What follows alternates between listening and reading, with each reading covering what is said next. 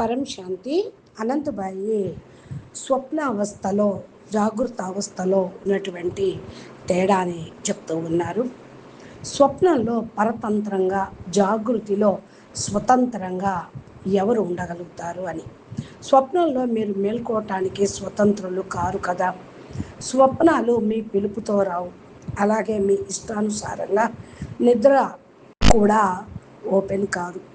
అక్కడ మీరు పరతంత్రులే. కానీ జాగృత స్థితిలో స్వచ్ఛంగా, స్వేచ్ఛగా ఉంటారు. అదే జ్ఞానికి ఉన్న అత్యంత గొప్ప సాధన. స్వ అనగా ఆత్మస్మరణ అంటే మేల్కొనటం. స్వ విస్మరణ అంటే నిద్రపోవటం. నిద్రపోవటం, మేల్కొనటం అంటే ఏమిటి అని అర్జునుడు కృష్ణుడిని అడుగుతాడు. అప్పుడు కృష్ణుడు చెప్తాడు, జాగృత స్థితిలో స్వేచ్ఛ ఉంటుంది. అదే జ్ఞానికి ఉన్న గొప్ప సాధన అని. అంటే స్వప్న స్థితిలో మనిషి బలహీనుడవుతాడు. స్వప్నం మన ఇష్టంతో రాదు. అలాగే నిద్ర కూడా మన కోరికతో ముగియదు.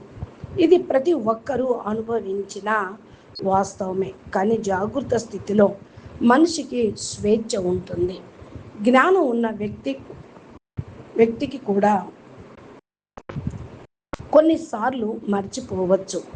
అయితే అతని వద్ద రెండు స్వేచ్ఛలు ఉంటాయి. మొదటిది సాధ్యమైనంత తక్కువగా మర్చిపోవటం.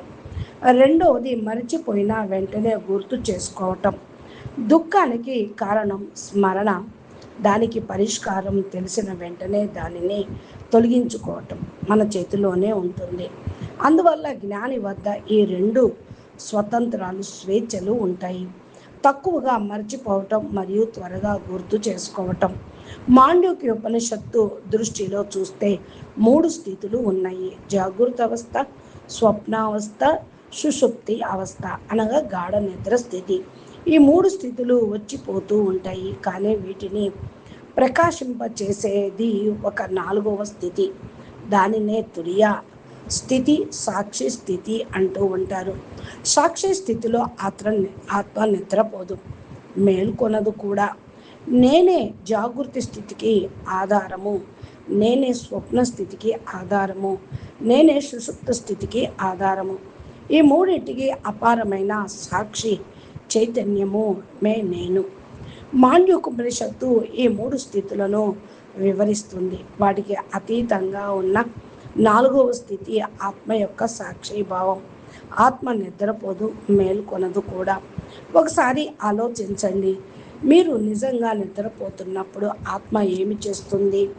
ఇప్పుడు మీరు ఈ జ్ఞానాన్ని వింటున్నప్పుడు ఆత్మ ఏమి చేస్తుంది? మీరు ఉద్యోగంలో పనిచేస్తున్నప్పుడు ఆత్మ ఏం చేస్తుంది? పని చేసేది ఎవరు?